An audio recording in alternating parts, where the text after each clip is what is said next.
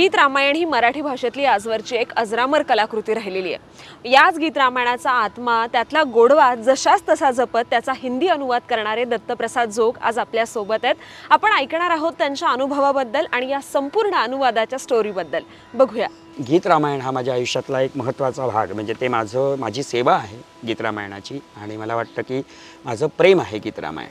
त्यामुळे गदिमा हे माझे आदर्श। गदिमांनी हे जे काही चमत्कार केला आहे तो एवढा आवडायचा। गदिमा तितकंच बाबूजींचं संगीत आणि हे सगळं न भूतो न भविष्यती, परत तसं होणं नाही गीत रामायण। पण मला नेहमी असं वाटायचं की हे मी हिंदीतल्या लोकांना दिलं पाहिजे। पण मग ते हिंदीतल्या लोकांना देताना मला हवा तसा अनुवाद करायचा का? नाही, मग ती चाल पण तशीच राहिली पाहिजे। चाल तशी राहणार तर एवढ्यापर्यंत लक्षात आलं होतं की चाल तशी राहणार तर मीटर सेम पाहिजे, लाईन अँड लेंथ सेम पाहिजे। मग गीत रामायणामध्ये जे काही खासियती गदिमांनी करून ठेवलेली आहेत, जे काही शब्दांचा ओलावा आहे, गांभीर्य आहे, तर हे माइल्ड करायचं का? नाही, तोही स्तर सांभाळला पाहिजे। मग हे सगळे स्तर सांभाळायचे। गीत रामायणाचं गीत रामायण पण जपायचं। वाह। गदिमांची ती लेखनशैली जपायची, भाषेचा पोतही समजायचा, लय आणि वृत्त रिदम पण सांभाळायचा, आणि ते मला गोवेकराला कसं वाटेल यापेक्षा संपूर्ण उत्तर भारताला ते हिंदी लोकांना कसं वाटेल। कारण लक्षात घ्या, राम हे तिथलं दैव तिकडे आलेलं आहे, उत्तर प्रदेशचे आहे। त्यामुळे मी त्यांना पुन्हा राम गीत रामायणातून काढून हिंदीमध्ये देतो आहे, तर तो त्यांना तसा दिसला पाहिजे। बरोबर। तर त्याच्यासाठी लागणारी जी काही कसरत आहे सगळा विचार करायचा, नुसताच अनुवाद नाही, ते त्या भाषेमध्ये रुजलं पाहिजे। म्हणजे गदिमा जर मराठीत सावळा ग रामचंद्र माझ्या मांडीवर राहतो म्हणतात, तर ते आम्हाला छान वाटतं इथे मराठी माणसाला, तर त्या तिथल्या हिंदी स्त्रीला कसं वाटेल? बरोबर। सावळा ग रामचंद्र म्हणताना तुमच्या डोक्यात काय येतं की आपली माझघरातली एक कोकणातली, आपली महाराष्ट्रातली महाराष्ट्रीयन बाई ती म्हणते आहे, नऊवारी साडीतली कौसल्य आहे, आणि ती म्हणते आहे की सावळा ग रामचंद्र माझ्या मांडीवर राहतो। पण आता ही शब्दकळा आपल्या अष्टाक्षरी आणि आपल्या ओवीबद्ध अशा याने ती रुजते। पण हे सगळं बाबा तिथे आहे का? असल मराठी भाषेतला लहेजा आपल्याला हिंदीत जशाच तसा पोहोचवता आला पाहिजे। आणि हे पोहोचवताना तुम्हाला वृत्ताचं बंधन आहे। बरोबर।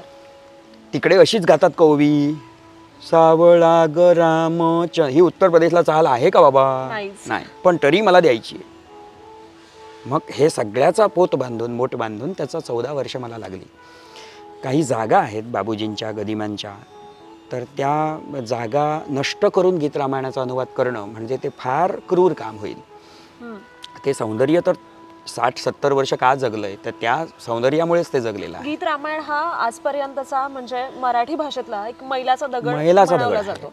म्हणजे नाट्यसंगीत आहेत, कविता आहेत, गद्य पद्य सगळं विपुल लिखाण, पण गीत रामायण हा समथिंग ते वेगळंच आहे। ते वेगळं आहे आणि कित्येक पिढ्या घडल्यात गीत रामायण ऐकून त्यातले आपण आहोत। आणि हे मराठीतलं काहीतरी वेगळा अलंकार हा मराठीतला हा हिंदी पर्यंत पोहोचवणं, आणि तो पोहोचवताना त्याचं गीत रामायण पण नष्ट नाही होऊ द्यायचं। नाहीतर आपल्या गदिमांनी जे एवढं त्यांचं ते नैसर्गिक सौंदर्य त्यात होतलंय ते बाजूला काढून ते कसं द्यायचं, ते नाही काम करायचं।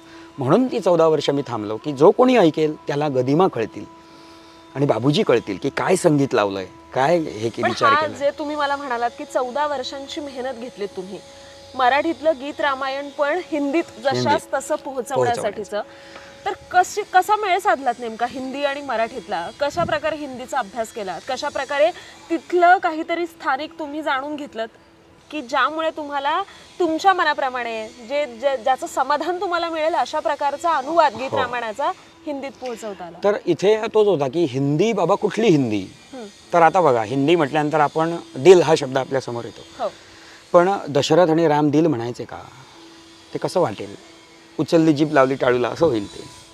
त्यामुळे ते तसं नाही आहे। त्यामुळे दशरथ जर बोलणार असतील तर ते हृदय म्हणणार, ते दिल म्हणणार नाही।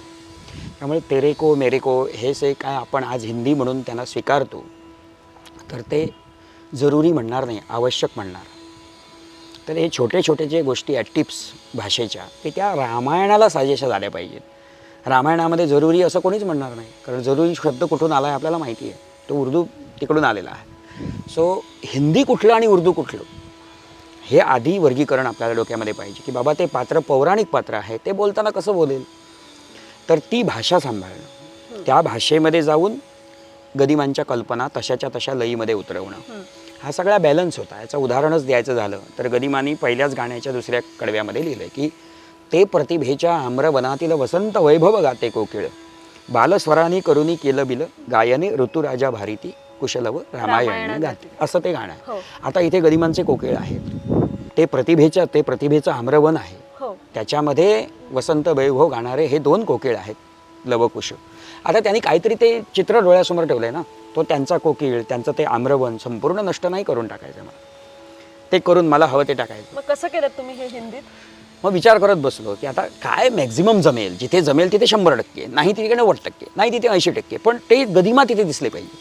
मग प्रतिभारूपी आम्रतरुस तिथं बसंत वैभव रामायण गीत, कोकिल भाती गाये अविरत, वसुधा मुग्ध करे रसपान, म्हणजे गायने ऋतुराजा भारीती. आलो की नाही जवळ? मी जवळ नाही म्हणजे मला वाटतच नाही की मी हिंदीत ऐकते. आता लय पण आली, गदिमांचा आशय पण आला.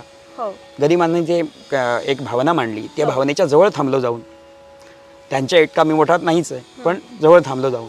तर हे मला साधून जो समाधान सात्विक मिळतं की बाबा मी त्या कवीच्या चरणाची काही सेवा तरी केली, नाहीतर आपला दूर राहायचं आणि गीत रामायण केलं म्हणायचं, हे माझं काम नाही. मी 100% पिळून काढणार स्वतःला. काही कल्पनाच अशा आहेत तुम्ही बदलूच शकत नाही. आता कोण धजावेल? त्या महापुरुषाने लिहिलंय, उगाच ते अद्यतन वाल्मिकी नाही आहेत. आता ते लिहून जातात की सीता जेव्हा गर्भवती असते ती रामाला आपलं इंगित, म्हणजे एखादी गर्भवती स्त्री पहिल्यांदाच नवऱ्याला बातमी सांगते की मी गर्भवती आहे, तर ती भावना काय असेल? ते सोपं नाही आहे. त्यामुळे ते लिहितात की ओठात थांबुनी सशब्द आशा लाजे, डोहाळे पूर्वा रघुकुल टिलका माझे. आता ती आशासुद्धा कशी आहे? सशब्द आहे, आणि ती आशासुद्धा लाजती आहे. म्हणजे तो गदिमा आहे अशी व्यक्ती आहे की त्यांची लेखणी आसमान स्पर्श करून येते आशयाचा. मग आता हे सगळं काढून करायचं का अनुवाद? तर तो कोणीही करेल, मग मी कशाला पाहिजे? मग मी तो रात्रभर विचार करत बसलो. मग माझ्या लक्षात आलं की प्रभू सशब्द आशा अधरो में न समाये, जी पूर्ण करो जी दोहद की इच्छा आहे. ते मला हवं तसं आलं. मग तो जो आनंद आहे तो काहीतरी विलक्षण आहे. त्यामुळे त्याच्यात 14 वर्ष गेली काय आणि 28 गेली काय नाही, पण त्या कवीच्या त्याच्या चरणाशी जरी तुम्ही पोचलात गदिमांच्या आणि बाबूजींच्या त्या सगळ्या माहोलशी, तरी गीत रामायणाची सेवा झाली असं मी मानतो. अजूनही समाधान नाहीच आहे की मी पूर्ण केलं आहे. मला अजूनही वाटतं की अरे इथे मी कमी पडलो की काय.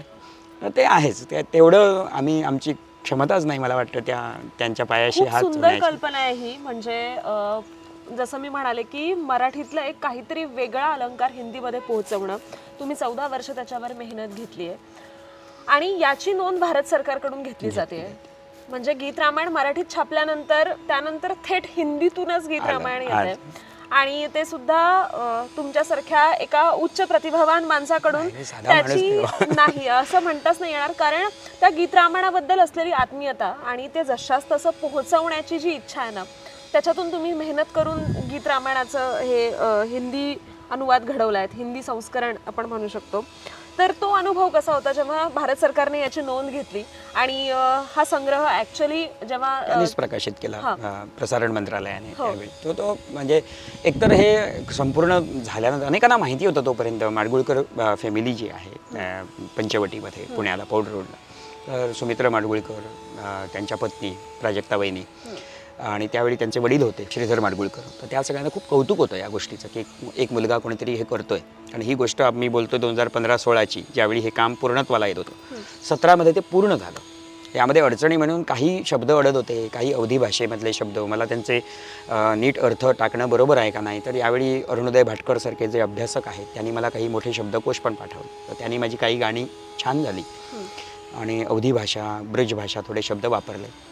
हे सगळं होऊन 2017मध्ये मी ते बाळ घेऊन पंचवटीत गेलो आणि पंचवटीमध्ये त्या सगळ्या कुटुंबाने फार आदराने, म्हणजे गीत रामायण करून आलेला एक कोणीतरी माणूस आहे, म्हणजे त्यांना श्रीधर सरांची त्यावेळी प्रकृती खूप नाजूक होती, पण तरी त्यांनी येऊन ऐकलं आणि नंतर त्यांनी एक मोठा आशीर्वाद मला दिला की तुला हे जिथे कुठे छापायचं आहे त्याच्यासाठी आम्ही अनुमती देतो, लिखित. सो ही लिखित अनुमती मिळणं की एवढ्या मोठ्या गीत रामायणाचा एका गदिमांसारख्या ऋषितुल्य व्यक्तिमत्वाच्या साहित्याचा अनुवाद भाषांतर करून ते भारताला देण्याचं डेअरिंग करत आहोत आणि त्यांना एक आशीर्वाद मिळतो आहे कुटुंबियांचा. तर त्या आनंदातच मी पुण्यातून आलो परत. मग त्यानंतर अनेकांचे हात इथे लागले की त्यावेळी आदरणीय पर्रीकर सर खूप आजारी होते, मनोहर पर्रीकर सर, पण त्यांनाही खूप कौतुक होतं या गोष्टीचं. त्यावेळी सध्याचे विद्यमान मुख्यमंत्री प्रमोद सावंत सर त्यांनीच हा विषय त्यांच्यापर्यंत पोचवला, त्यांनी स्वतःचं पत्र दिलं आणि यामुळे ते सगळंच भारत सरकारपर्यंत गेलं आणि मग त्याला सगळ्यांचे आशीर्वाद मिळाले. आणि वन फाईन डे 2019च्या डिसेंबरला प्रकाश जावडेकर त्यावेळी प्रसारण मंत्री होते भारताचे, तर त्यांनी एका पत्रकार परिषदेमध्ये खास याचा विषयच पूर्ण मांडला. अरे वा. आणि सर्वत्र भारतभरामध्ये ती बातमी गेली आणि मला एक आयुष्याचं सार्थक झाल्याचा तो फील आला की चला बाबा, गीत रामायण भारत सुंदर सरकार कलाकृती आपल्या हातून घडली आहे ह्याचा आनंद. आणि ते पूर्ण तो नमस्कार रुजू झाला गीत रामायणाच्या सेवेमध्ये, त्याचं काही मागे राहिलं नाही, ते व्यवस्थित पोहोचलो. उत्तर प्रदेशच्या मुख्यमंत्र्यांकडून पण तुमचा या निमित्त सत्कार झाला, तेव्हाची भावना कशी होती? त्यामुळे त्यांनाही काहीतरी कसं आहे, गीत रामायण हा विषय आपल्या संपूर्ण भारतामध्ये एका लिमिटेडपर्यंत माहिती आहे. म्हणजे गदिमांना कोण ओळखत नाही. तुम्ही आज विकिपीडियावर गेलात, कुठे गेलात, गदिमा पद्मश्री आहेत, सगळे ओळखतात, पण मराठीत ते असल्यामुळे त्याच्याविषयी थोडंसं वाचून लोक थांबतात. मग गीत रामायण क्या आहे, कारण तिकडे रामचरितमानस चालतं आणि रामचरितमानस प्रत्येकाच्या मुखी आहे तिथे, बरोबर. पण गीत रामायण हे काहीतरी समजवायची गोष्ट आहे. मग त्यांना मी जसं सांगितलं की जसं तुम्ही रामचरितमानसाला पुजता तसंच आम्ही गीत रामायणाला मानतो आणि तसंच आम्ही गदिमांना आधुनिक वाल्मिकी मानतो, ते आमचे तुलसीदासच आहेत. तर त्यामुळे त्यांना खूप आनंद झाला की मराठीतला कोणीतरी आधी गदिमांसारखा कवी इतकं सूक्ष्म निरीक्षण लिहितो आहे. कसं आहे, राम हे त्यांचं दैवत आहे तसं बघायला गेलं तर. आपण मराठी माणूस कधी, जेव्हा राम नाशिकला येऊन पंचवटीमध्ये त्यांनी रामाश्रम दुसरा उभारला, तेव्हा कुठेतरी राम आपल्या मराठी माणसाजवळ आले. तोपर्यंतचं सगळं ते आहे ते तिकडेच आहे नाटक. त्यामुळे ते नाट्य सगळं घडून आल्यानंतर वनवासाची अनेक वर्ष काढून श्रीराम इकडे आलेले आहेत आणि मग इथे सीताहरण होऊन इकडून दुसरा भाग सुरू झालेला आहे. त्यामुळे हे दैवत हिंदी आहे आणि त्यांना आधी मोठा आनंद झाला की महाराष्ट्र आणि गोव्यामध्ये एक मोठी ह्या दैवताची परंपरा आहे. एवढा मोठा आदर, नुसताच नमस्काराचा आदर नाही, एक असं एवढं सगळं आपलं झालंय सगळ्यांचं ना, की ही जी फिलिंग आहे, म्हणजे ते आता मला लक्षात येत आहे की बरोबर ते उत्तर भारतातून आपल्याकडे आलेलं आहे. पण ते प्रवास जर होऊन गेले आणि त्याचं कारण होतं गीत रामायण. म्हणजे आपल्याला राम म्हटलं, राम दैवत म्हटलं की आधी गदिमांचं गीत रामायण, राम जन्म लागे सखे, हेच मी त्यांना जेव्हा सांगितलं की गेली 70 वर्ष ही परंपरा आम्ही अनुभवतो आहोत. त्याच्या आधी संतांनी वेगवेगळ्या राम मांडलेला आहे. समर्थ रामदास तर जय जय रघुवीर समर्थ म्हणतच आपलं त्यांनी कार्य सुरू केलं. पण जेव्हा त्यांना हे लक्षात आलं की संगीत रूपाने रामकथा 70 वर्ष गोमंतक महाराष्ट्र मराठी माणूस डोक्यावर घेतो आहे, तेव्हा त्यांना जो कोण आनंद झाला की बाबा त्यातलं हे काढून हा माणूस हिंदीमध्ये घेऊन आपल्यापर्यंत आला आहे, तो त्यांना एक वेगळंच फील आला, तो मला त्यांच्या डोळ्यामध्ये दिसला.